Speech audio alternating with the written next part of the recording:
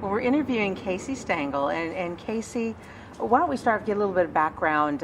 You originally moved up here from California, right? Yes, ma'am. How was the adjustment? It was a little bit hard moving here from California, being new and not having any friends, and coming into 6th grade, into middle school, and being in a new place. And my brother was older than me, so I wasn't really around him much. So it was definitely kind of hard getting to settle in and be comfortable in a new place at such a young age, kind of. Well, as coming in as the new kid, did you ever experience any bullying? Definitely.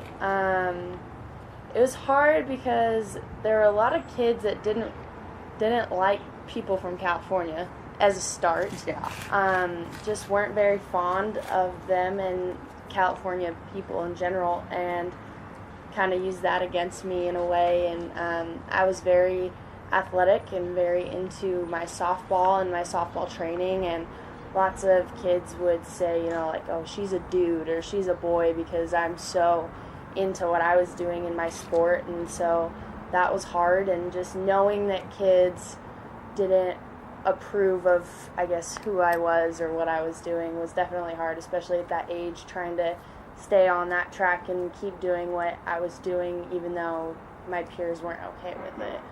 Well, what kinds of things did you experience? Was it just in person, or was there a form of cyberbullying? Well, I mean, at that age, with the use of the internet, I think that kids really like to take advantage of the fact that they don't have to say things to your face, that they can just go online and do it and feel better about themselves. So, I mean, there was a little bit just of the fact that I wasn't included. I was more kind of like on the outside of things in middle school, but online, kids will refer to certain people or maybe message you and say mean things. And, if you maybe put a picture up of you and some friends, that they would just leave a little comment that it just kind of left you feeling like, oh, not okay about yourself. So I think it kind of goes both ways.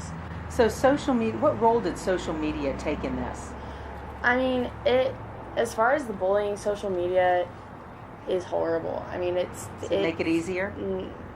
It makes it easier for people to bully people, bully, right? yes. But being on the other side of things, it makes it so much harder, because you just are putting yourself out there to a bigger group of people, and if one person says one thing online, everybody can see it, and so obviously everyone's going to be on the side of the person making fun of someone, so it's hard. So how did that affect you?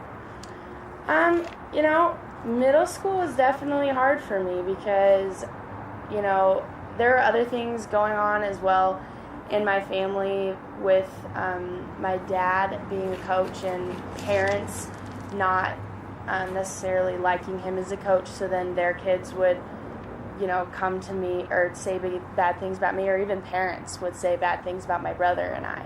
Online. The parents were participating in the bullying? Completely. And they would say things about my brother and I, like online, on online blogs, on newspapers, and things like that. And, they would say things about my brother and I to get at my father in some way. And so that made it hard, just having to kind of see that and be strong through that, and just let myself know, just keep going. It doesn't matter what other people say, and just keep doing what you're doing, because there's a reason why you're here, and you gotta just keep being you. And so that was definitely a hard thing to go through. I understand at one point you had to change schools. How did that affect you? Well, I ended up changing to a different high school than the middle school that I was went into, just because I wanted to get away from those people and that negativity. And I think high school I decided my time to kind of start over and say, you know what, like, I'm going to keep doing what I'm doing, not worry about what other people say. I'm going to make some great friends and great relationships with people, and just stay strong to who I am and keep going. So it was kind of a chance to get away from the negativity and start over. So how did your faith and your character get you through all of this? I think just kind of knowing at the end of the day that, like I was saying, people would say mean things about me because of how much time I spent for softball, or how much time I spent doing certain things. And I think knowing that I every night I just kind of remind myself, you're here for a reason. You were put on earth for a reason, and just believing that things were going to be okay, and that, put your faith into the fact that you keep doing the right things and being a good person and looking out for others around you and having, just a positive outlook, and things are going to be okay and things will get better. You just have to keep working and keep trusting that, the future will be better than what's happening right now. Now, I know that you and your father are very close. Yeah. And what character traits did he try to instill in you that helped you through this whole process? My dad my parents have always been there for me and told me, just stay strong to who you are, and I had a great relationship with my parents. I could always talk to my parents, and they were always there for me, no matter what it was. And they told me, you're never going to be in trouble as long as you tell the truth, and as long as you come and talk to us about these things. We're never going to get mad at you because we want to hear how you feel, and if you do something wrong, it's okay. Like, we can, if you're wrong, we'll still be on your side. Just talk to us and let us be there for you. And so my parents were always there for me, and always very helpful to any negative feelings that I was feeling or any hurt that I had that they could help with. What other kind of support system did you have in place or develop that helped you get through a lot of the peer pressure in high school? I think it went back to softball was something for me that I could always go back to, and that was my support system, or my place where I could kind of get away from it all and know, this is what I do. This is where I'm happy. This is where I'm safe. And I had a couple close friends through high school that were always there for me and always willing to, look out for me and be there for me if I needed them. And so between my parents and some really great friends and, a sport, just something that I could pour my heart and soul into and be committed to every day, those were things that really helped me get through it. Now, I remember when being a teenager, believe it or not, I remember that, that the feelings when you experience all this is so much more intense. Right. How did you deal with the intensity of those feelings? I think that I've always just kind of been a strong person, and I've wanted to be strong for all the people around me, and just saying, I don't want people to see that I'm hurting, and I don't want people to see that I'm struggling. I want to be able to be strong and get through it. So I think that was something for me that I wanted to just always if things are going bad, just know that there's a bigger plan, and there's a reason it's happening. I always believed it in God, in that He puts struggles in front of you for you to be strong and get through them, and to find a way out of it, and to teach you lessons through it. And so I've always just kind of known that things happen for a reason, but you just take everything you can from it and keep going and stay strong through it. Well, I'm going to shift away from the bullying for just a quick second and just talk about peer pressure. Because while not everybody experiences bullying, I don't know of a teenager who doesn't experience peer pressure. Right. Tell us about the kind of peer pressure that you experienced in the schools, and how did you and your support system help you stay strong? Well, I think the peer pressure is huge in high school, and it's there every single day, no matter if it's, it could even be from making fun of someone, like jumping in with your friend or with people around you and making fun of someone, feeling the pressure to have to do that to be cool, or it could go into, drugs and other things like that.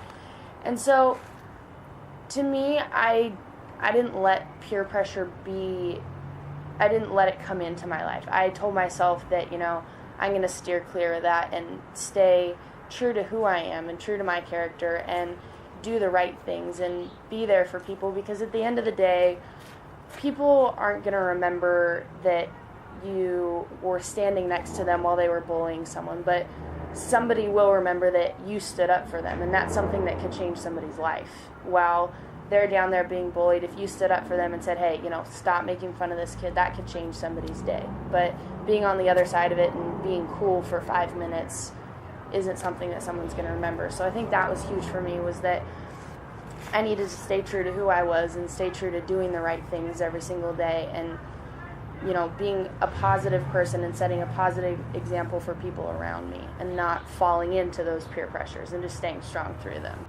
Well, I know one of the peer pressures in high school, and it's actually more than peer pressure, it's actually society pressure, is on the emphasis of teenagers having sex. How bad is it in the schools? It's awful. I mean, it almost kind of shocks me because it turns into almost like a competition for some people. Like and I'm not kidding, you would see senior boys saying, let's see how many freshman girls I can have sex with, or things like that. And it's like a game to people, and it makes you feel sick to your stomach because it's a big deal, and it turns into not such a big deal in high school nowadays. And you see people doing it all the time, and it's almost too common and comfortable for people that they lose the sight or the view that it's much more than just like, an action or something funny to do because your friends can put up a number of how many people you've done it with or something like that.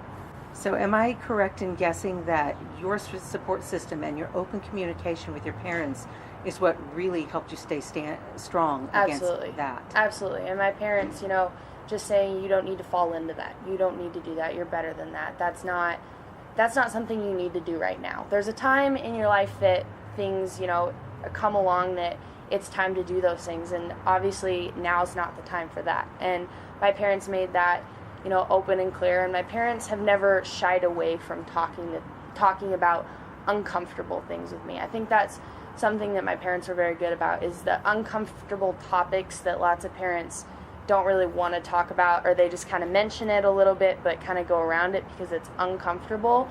My parents made sure that those were things that could be comfortable and could be easy to talk about, so that for me, when I was put in those situations, I knew exactly what the right thing to do was, and not kind of wavering like, oh, well, I kind of remember that my mom and dad said I shouldn't do this, but maybe it's not that bad or something like that. I knew that, that's not something I needed to do. That wasn't something that would make me cool or make me popular. It's just something that other kids find ways into doing. I think you're living proof that just because somebody experiences bullying and peer pressure doesn't mean their life has to take a downward spiral. Tell us the happy ending. I think that I came out of high school very satisfied and different than how I felt going into middle school. It was kind of miserable for a while, but I think that staying strong through it helped me get through it. And I came into my senior year saying, this is going to be my year. I'm going to do some great things this year. And what did you do? I ended up being homecoming queen, and that was a lot of fun. And ended up getting a scholarship to play college softball, and that was huge, and worked hard for that. And you were number 1 in the nation in softball, aren't you? Yes, I am. Thank you. Yep, that is true. And, it goes back to all the hard work and knowing that there's, it's going to be worth it at the end. You just have to, keep your head down and keep getting through it, and it's going to be hard sometimes, but everything works out, and everything really happens for a reason. And well, on that note, what advice do you give to the kids coming up behind you? I would say stay so true to who you are, because as I look back into middle school and into high school, and there's still some things that, I wish I wouldn't have worried about what other people thought, and I wish I wouldn't have done that, because in the end, nobody really remembers those things. Nobody cares that much, and I'd say just stay true to who you are and do what makes you happy. Truly what makes you happy and what makes you feel like you are just enjoying life, because that's what's going to matter down the road, is that you're happy and you feel good about everything you've done. I think that at the end of every day, if you feel good about yourself and if you think that you've done something to positively impact other people in some way, then you can go to bed feeling good about yourself.